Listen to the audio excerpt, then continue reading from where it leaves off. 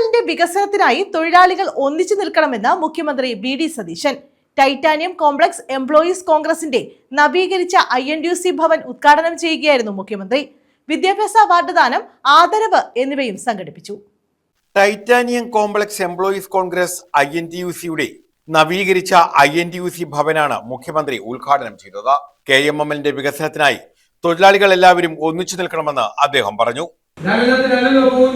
ജനങ്ങൾക്ക് പ്രയാസമില്ലാത്ത തരത്തിൽ കൂടുതൽ വാല്യൂ അഡീഷൻ ഉണ്ടാക്കിയിട്ടായിരിക്കും ഈ സ്ഥാപനത്തിന്റെ മുന്നോട്ടുള്ള പ്രയാണം. എനിക്ക് തൊഴിലാളികളോട് പറയാനുള്ളത്, ഞാനിപ്പോ പ്രസിഡന്റ് അല്ല, പക്ഷേ നിങ്ങളുടെ LTS ഒപ്പുവെച്ചിട്ടാണ് ഞാൻ പ്രസിഡന്റ് സ്ഥാനം ഒഴിഞ്ഞത്.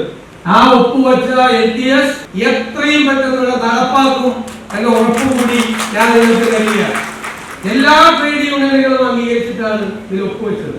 അതിലുള്ള ചർച്ചകളെ കുറിച്ചെല്ലാം ഇവിടുത്തെ INTUCക്കാർക്ക് മാത്രമല്ല എല്ലാ ട്രേഡ് യൂണിയൻ നേതാക്കന്മാർക്കും അറിയാം. ഇത്ര നല്ല രീതിയിൽ ആ LTS ഒപ്പുവെക്കാൻ കഴിഞ്ഞത് നമ്മൾ എല്ലാവരും ഒരുമിച്ച് നിന്നതുകൊണ്ടാണ്.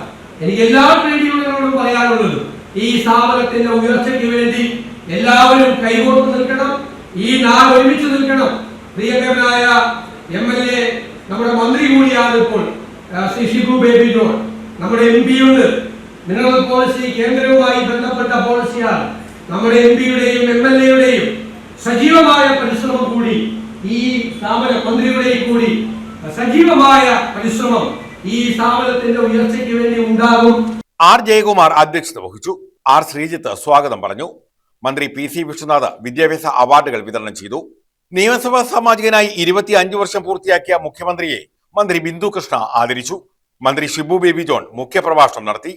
NGO അസോസിയേഷൻ സംസ്ഥാന പ്രസിഡന്റ് AP സുനിലിനെ NK പ്രേമചന്ദ്രൻ MP ആദരിച്ചു. Advocate P. Jermias, KC Rajan, Kolath Venugopal, Santhosh Thuppassery, Shamla Naushad, S. Shaji തുടങ്ങിയവർ പങ്കെടുത്തു.